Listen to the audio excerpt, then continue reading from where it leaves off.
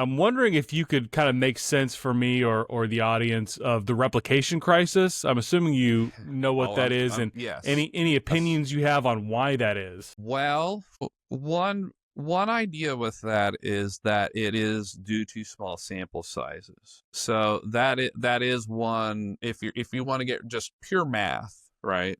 Part of the replication issue would be that you just didn't have a big enough sample size, or it wasn't a decent representative sample. Although I lean more towards a sample size versus it being a representative sample. So for those that don't know, representative sample would be, in principle, when you're, especially when you're doing like human behavior research, medical research too, but human behavior research, in principle, what you want in your representative sample is supposed to represent the population in which you're studying. So if we're studying all men in the United States, if that's what we're looking at, in principle, I should make every effort to, for example, I should make every effort to find at least some people from every demographic possible, right? Obviously, that's a problem. Like, problem in the sense of like it's very difficult to do. It takes a lot of time. I would argue more time than money, but time is money, they say. But yeah, like trying to get a good representative sample is hard. It doesn't mean the data can't be valid, but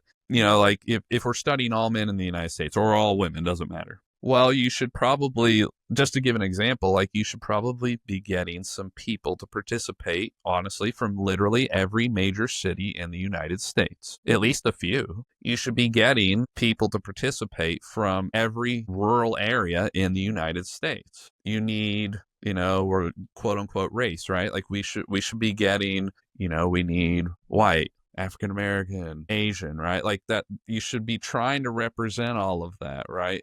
Again, it's a challenge. But I argue, though, that more than that, it's just like, so I think part of the replication crisis is sample size, in my opinion. That's a small part of it. There's faulty design. Those can be issues.